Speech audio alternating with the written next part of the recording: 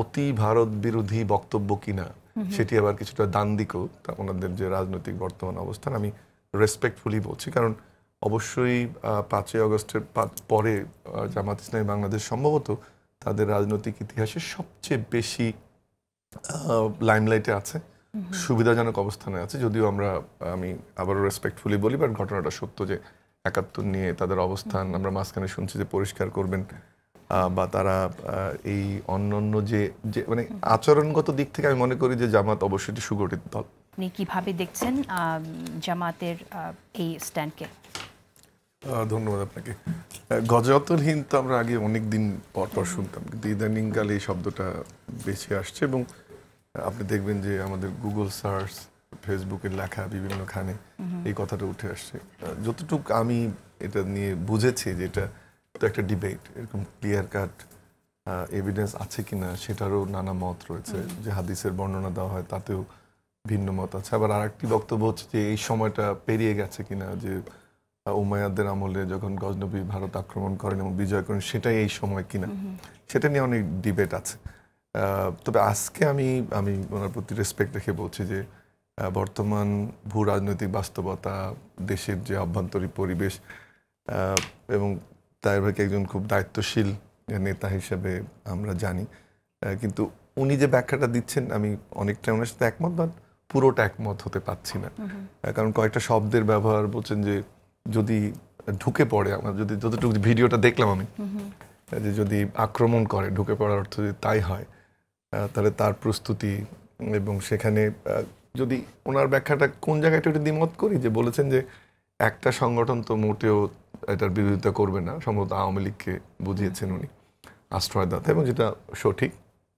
আর একটি জিনিস বলেছেন যে আরেকটি দল সংগঠিত হতে পারবে না, তারা কৌশলী অবস্থান নেবে। এক্স্যাক্টলি বলতে পারছি না, কিন্তু এই ওয়ার্ডটা ছিল যে তারা সংগঠিত হতে পারবে না।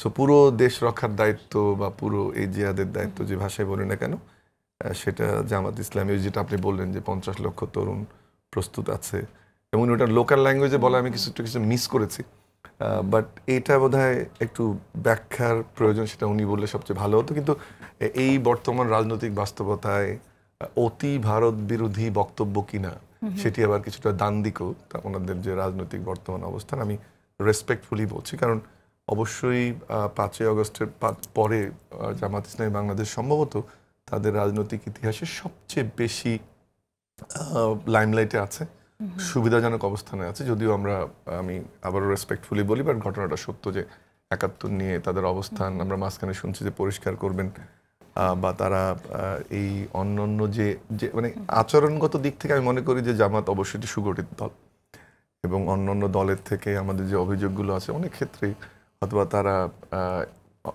একটু এগিয়ে পিছিয়ে সেই ডিবেটটা হতে পারে। কিন্তু একটা জায়গায় ঠিক যে স্পেসটা তৈরি হয়েছিল, আমি কেন জানি মনে করছি যে সেই স্পেসটাকে কাজে লাগাতে পারছে না জামাত ইসলামী।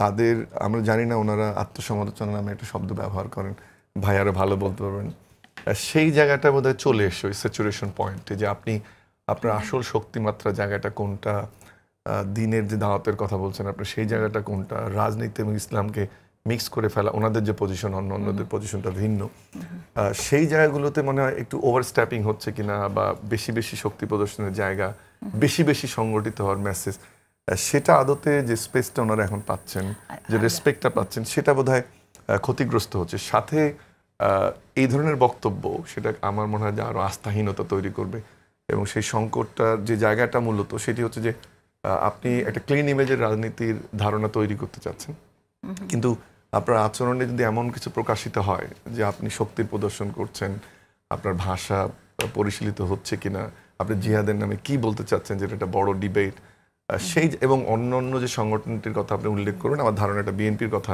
উনি মিন করেছেন, তারা যে সংগঠিত হতে পারবে না, বা আপনি ইসলামের এজেন্টশিপ যদি নিয়ে নেন তাহলে কিন্তু একটু সমস্যা, এবং সেক্ষেত্রে সংগঠিত হতে না পারার এলিমেন্টটা সবচেয়ে বড়, যে ওইটা আমি কিভাবে জানি।